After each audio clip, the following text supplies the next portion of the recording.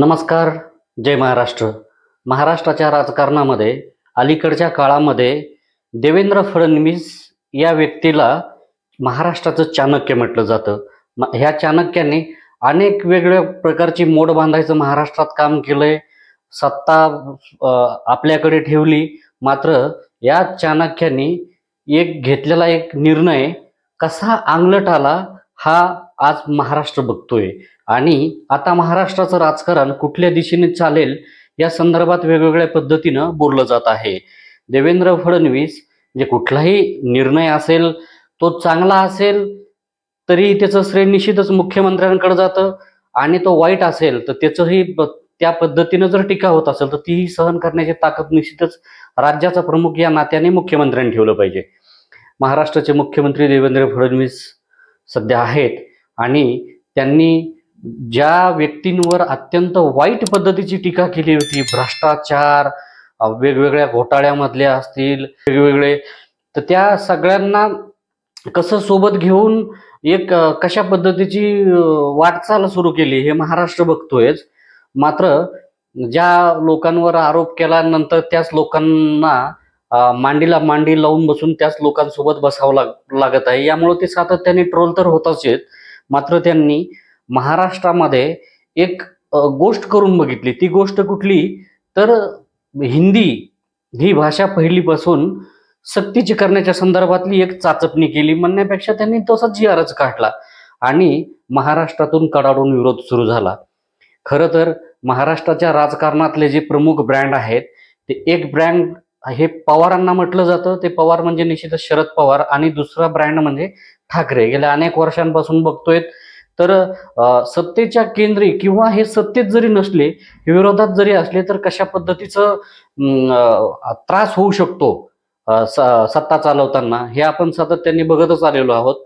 मात्र एक ठाकरे आपल्याकडे जरी असले तरीही दुसरे ठाकरे मात्र आता विरोधात आहेत, आणि विरोधात असताना ते आपल्या अंगावर कशा पद्धतीने येऊ शकतात किंवा हा निर्णय कसा अंगलट येऊ शकतो का, कदाचित त्याचा विचारही केलेला नसेल. पण त्यांनी एक चाचपणी केली हिंदी भाषेच्या सक्तीची. त्यांनी एक चाचपडून बघितलं की नेमकं काय होतं. मग गेल्या अनेक वर्षांपासून हे पण बोललं जातं की त्यांना हिंदी भाषिक जे कोण असतील, समजा सध्या देशाचे पंतप्रधान नरेंद्र मोदी असतील, अमित शहा गृहमंत्री असतील, यांना महाराष्ट्र हा मुंबईपासून तोडायचा आहे असा एक आरोप केला जातोय. मग त्याच दृष्टीने यांनी चाचपणी करून बघितली का, आणि ती चाचपणी करून बघितली आणि तो निर्णय प्रचंड त्यांच्या अंगलट आला. राज ठाकरे हे महायुतीच्या सोबत होते आणि त्यांचा निश्चितच फायदा देखील झालाय. नंतर मग पुन्हा त्यांचं फाटलं. पुन्हा राज ठाकरे बाहेर पडले. आता ठाकरे घराण्यातून बाहेर पडले, त्या कुटुंबातून बाहेर पडले, आणि बाबा नातं तुटलं, वेगवेगळ्या पद्धतीचं चर्चा झाली. मात्र ते बाहेर पडल्यानंतर त्यांनी स्वतःचं अस्तित्व दाखवण्यासाठी त्यांनी महाराष्ट्र नवनिर्माण सेना या पक्षाची स्थापना केली. आपण मुद्दाम थोडंसं जरा विस्तारानं बोलतोय, थोडंसं मागं जाऊन बोलतोय. राज ठाकरेंनी स्थापना करण्यापूर्वी महाराष्ट्राचा दौरा केला, कारण त्यांनी देखील सांगितलेलं आहे की तिथून बाहेर पडल्यानंतर त्यांना पक्ष स्थापन करण्याचा वगैरे असा हा विचार त्यांच्या डोक्यामध्ये नव्हता. मग त्यांच्याकडे खूप असा मोठा जनसमुदाय त्यांच्या घराच्या बाहेर उभा राहायला लागला. लोक बोलायला लागले, लोकांनी काही सूचना केल्या, काही जणांचा सल्ला लक्षात घेऊन त्यांनी महाराष्ट्राचा दौरा केला. आणि त्या दौऱ्याच्या नंतर लक्षात आलं की नाही, आता पक्षाची स्थापना केली. मग पक्षाची स्थापना, पक्षाला नाव काय दिलं पाहिजे, त्याचे ध्येय धोरणं कसे ठरवले पाहिजे वगैरे सगळं असं हे करत असताना महाराष्ट्रातल्या पत्रकारितेतले पण अनेक लोक हे राज ठाकरेंचे मित्र आहेत. त्यांची उठबस असते त्यांच्यासोबत की राज्याचं नेमकं काय चित्र असू शकतं भविष्यातलं, निवडणुकीला सामोरं जाण्यासाठी पक्षाची निर्मिती करताना, त्याची बांधणी करताना. आणि हे सगळं ठरवून महाराष्ट्र नवनिर्माण सेना असं नाव ठेवलं, आणि त्यांनी त्यांचं एक स्वतःचं कर्तृत्व जे काय असेल ते महाराष्ट्रात त्यांनी दाखवून दिलं. अनेक लोक म्हणतात की आजही सत्ताधाऱ्यांना आजही एखादा जर कार्यक्रम ठेवायचा, त्यांना गावापर्यंत बस असेल, कुठले 4 चाकी वाहनं असतील, त्यांच्या जेवणाची व्यवस्था असेल, खानपान मान देऊन त्यांना सन्मानाने घेऊन जावं लागतं. मात्र आजही महाराष्ट्रामध्ये राज ठाकरेंची जेव्हा सभा असते तेव्हा ह्या गोष्टी कराव्या लागत नाहीत. केवळ घोषणा केली आणि आवाहन केलं तर ते येऊन जातात. त्यानंतर अलीकडच्या काळामध्ये जे मोठं महाराष्ट्रात मोठं आंदोलन जे महाराष्ट्र आणि देशानं बघितलं जरांगे पाटलाचं, त्यात देखील झालं की आवाहन केलं की लोक लगेच मोठ्या संख्येने सहभागी झालेत. आणि मराठीच्या अनुषंगाने जे भावनिक होणारे राज ठाकरे आहेत ते मात्र भावनिक होत असतानाच प्रचंड संतापले आणि त्यांनी या हिंदी सक्तीच्या विरोधामध्ये मोर्चाची घोषणा केली. ती मोर्चाची घोषणा केली आज, म्हणजे 5 तारखेला मोर्चा निघणार गिरगाव चौपाटीच्या त्या ठिकाणावरून तो निघणार. मग भाजपच्या वतीने जे ट्रोलर्स गँग जी असती ती राज ठाकरेंच्या विरोधामध्ये कशी पेरण्यात आली ते मग बोलायला लागले, सगळ्या गोष्टी घडल्या. मात्र राज ठाकरेंच्या या घोषणेनंतर कुठेतरी लगेच उद्धव बाळासाहेब ठाकरे शिवसेनेच्या वतीने देखील एक मोर्चाची घोषणा झाली. मात्र कुठंतरी ही विभागणी होण्यापेक्षा मराठीच्या मुद्द्यावर कुठंतरी एकत्र आले पाहिजे म्हणून संजय राऊत शिवसेना नेते आणि राज ठाकरे यांचं दोघांचं संभाषण झालं आणि आपण आता या मुद्द्यावर एकत्र आलं पाहिजे आणि एकत्र मोर्चा काढला पाहिजे अशी त्यांची बोलणी झाली. आणि या संदर्भातलं एक ट्विट संजय राऊतांनी केलं आणि महाराष्ट्राच्या राजकारणात एक भूकंपच झाला. 2 ठाकरे एकत्र येत आहेत, लोकांना वाटलं नाही ते शक्य नाही, ते एकत्र येऊ शकत नाहीत. वेगवेगळ्या प्रकारची चर्चा झाली, त्यांना वाटलं नाही काय मोर्चा घेणार आहेत. पण सरकारच्याही लक्षात आलं, सरकारकडे वेगवेगळ्या यंत्रणा आहेत की त्याची चाचपणी सुरू असते, राज्याच्या कुठल्या कानाकोपऱ्यात कुठला मोर्चा असेल किंवा कुठला आंदोलन असेल याचा आपल्यावर काय परिणाम होऊ शकतो.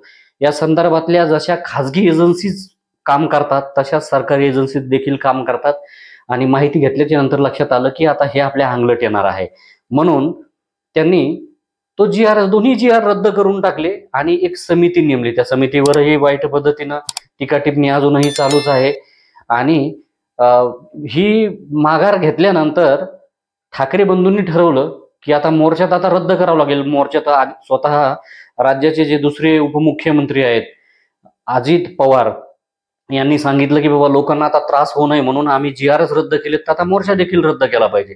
मोर्चा रद्द झाला पण आपल्या मोर्चाच्या घोषणेनंतर सरकारला झुकावं लागलं, माघार घ्यावं लागली, पळावं लागलं आपल्या निर्णयापासून. म्हणून त्यांनी विजय जल्लोष एक सभा घेण्याचं ठरवलं आणि ती सभा आज मुंबईमध्ये पार पडली. प्रचंड गर्दी होती, महाराष्ट्रानं बघितलंय, तुम्ही सर्वांनी बघितलंय कशी गर्दी होती. तर जशी आतमध्ये गर्दी होती सभेच्या ठिकाणी तेवढीच गर्दी बाहेर होती आणि छान पद्धतीनं त्या ठिकाणी सभेचं नियोजन देखील केलं होतं. राज ठाकरे आणि उद्धव ठाकरे घरून कसे निघाले याची माहिती वेगवेगळ्या वृत्तवाहिन्यांवरून येत असतानाच त्या सभेच्या ठिकाणी एक बँड बाजा जो आपण म्हणतो ना, गेल्या अनेक वर्षांपासून वेगवेगळ्या कार्यक्रमांमध्ये लग्न असेल किंवा वेगवेगळ्या याच्यात ते वाद्य म्हणून वाजवलं जातं, त्या ठिकाणी मराठी गाणे वाजत होते आणि जे महाराष्ट्रातला भुरळ घातलेली ज्या गाण्यांनी ते गाणे वाजवत होते. अशी एक वेगळ्या पद्धतीची त्या ठिकाणी ती रचना करण्यात आलेली होती. तर ठाकरे बंधू कसे एकत्र आले, दोघांनी कशी एकमेकांना आलिंगन दिलं आणि त्यांचे भाषणं झाले. यामुळं लोकांनाही कळून चुकलं की आता नाही, हे वेगळ्या पद्धतीचं गोष्टी घडतायत. आणि 2 भाऊ उद्धव ठाकरेंनी देखील आपल्या भाषणामध्ये सांगितलं की आम्ही दोघं एकत्र असण्यापेक्षा एकत्र दिसणं जास्त महत्वाचं होतं. निश्चितच सुरुवातीला राज ठाकरे यांचं भाषण झालं, स्टेजवर देखील 2च खुर्च्या होत्या. राज ठाकरेंनी सुरुवातीला सांगितलं की मग काही चॅनलवर चर्चा होईल की यांचे हावभाव कसे होते, अशा सगळ्या म्हणजे एक मिस्किल टोला लगावला त्यांनी त्या बोलताना. मात्र विस्तारानं बोलत असताना जे काम बाळासाहेब ठाकरे यांना जमलं नाही, बाळासाहेब ठाकरे हयात असताना जमलं नाही, ते काम मात्र देवेंद्र फडणवीस यांना जमलं.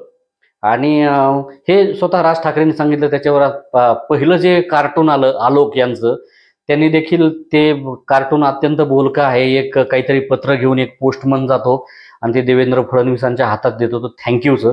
ते म्हणतात की हे पत्र कोणी दिलं, तर तो वरती आकाशाकडे हात दाखवतो आणि वरती बाळासाहेब ठाकरे आकाशातून हे करतात थँक्यू आणि ते हात करतात. हे कार्टून देखील खूप व्हायरल झालेलं आहे.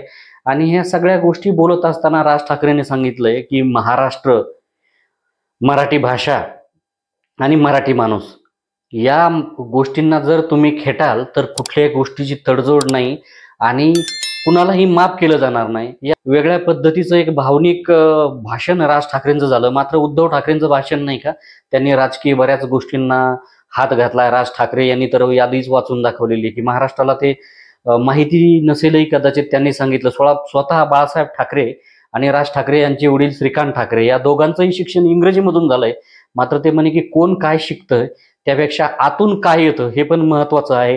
स्वतः लालकृष्ण अडवाणी यांचं शिक्षण कॉन्व्हेंटला इंग्रजीमध्ये कसं झालं ते पण दाखला दिला आणि अनेक जणांचं त्यांनी दाखले दिले. तर मात्र उद्धव ठाकरेंनी आपल्या भाषणामध्ये सांगितलं की राज यांनी हे सगळं सांगितलं, मात्र त्यांनी नरेंद्र मोदींचं शिक्षणाचं सांगितलं नाही की त्यांचं शिक्षण खरंच कुठून झालंय, कुठल्या भाषेतून झालंय. आणि अजूनही महाराष्ट्रच नाही तर देश विचारतो की नरेंद्र मोदींचं याचं नेमकं शिक्षणच काय झालंय. खरं तर त्यांचं नेमकं शिक्षण काय झालंय हा प्रश्नच आहे आणि या प्रश्नांचं उत्तर कधी मिळेल आता ते कुणास ठाऊक. त्याची आपल्याला म्हणजे आशेवरच राहावं लागणार आहे. मात्र उद्धव ठाकरेंचं राजकीय त्यांनी बरेच फटके लावलेत आणि त्यांनी सांगितलं की दोन भाऊ किती वर्षानंतर एकत्र आलेले आहेत आणि यामध्ये एक वाद घालण्याचं किंवा बाजूला सारण्याचं काम त्यांनी आनाजी पंथाचं नाव घेऊन केलेलं आहे. आणि महाराष्ट्रामध्ये आनाजी पंथ म्हणून देवेंद्र फडणवीसांवर टीका केली जाते आहे. आपल्याला काही वेगळं सांगण्याची गरज नाही अनाजी पंत कोण होते काय होते. त्यामुळं उद्धव ठाकरे अलीकडे अत्यंत म्हणजे तिरकस फटकारे जे मारतात तो तेच तिरकस फटकार आजच्या त्यांच्या विजय जल्लोष मेळाव्यात सभेत पण आपल्याला तो ऐकायला मिळाला. आता राहिला विषय याचा की बाबा ह्याचा आता पहिला फटका कुणाला बसणार आहे. तर शिवसेनेमधून अलीकडच्या काळामध्ये जे सुरत मार्गे गुवाहाटीला गेले ते एकनाथ शिंदे जे म्हणतात की आम्ही उठाव केला. शिवसेना आता कायद्यानुसार म्हणा किंवा न्यायालयाच्या निर्णयानुसार त्यांच्याकडे जरी असेल तरीही शिवसेना नेमकी कुणाची हे काय सांगायची गरज नाही. आणि ते आता या दोघांच्या एकत्र येण्यामुळे काय त्यांच्या भावना झालेल्या आहेत ते आता बोललेले आहेत दुपारनंतर माध्यमांशी की मी कसं गार केलेलं आहे उद्धव ठाकरेंना यांना 3 वर्षापूर्वीच वगैरे. आणि 2019 मध्येच बाळासाहेबांच्या विचारांना कसे हे फासली वगैरे आणि कसे दूर गेले वगैरे. मात्र एकनाथ शिंदे हे विसरतात की ते उद्धव ठाकरेंवर टीका करताना म्हणतात की बाळासाहेबांच्या विचारापासून वेगळे गेले. पण भाई एकनाथजी शिंदे तुम्ही उद्धव ठाकरेंवर सांगताना बाळासाहेबांच्या विचारापासून वेगळे गेलेले असताना तुम्ही मलिदा हे करण्यासाठी तुम्ही त्यानंतर त्यांच्या मंत्रिमंडळामध्ये होतातच ना. तुम्ही मांडे लावून बसलात, हे सगळं केलं. खरं तर हा बोलण्याचा नैतिक अधिकार निश्चितच एकनाथ शिंदेना नाही. मात्र ठीक आहे आता कुठंतरी टीका करायची म्हणून त्यांच्या पद्धतीनं आता हे सगळं होत राहील. मात्र या दोघांनी एकत्र येण्याचा सगळ्यात मोठा फटका महानगरपालिकेच्या निवडणुकीच्या अनुषंगानेच जी आता चर्चा होती अलीकडच्या काळामध्ये तर त्याचा सगळ्यात महत्वाचा पहिला फटका हा एकनाथ शिंदेना बसणार आहे.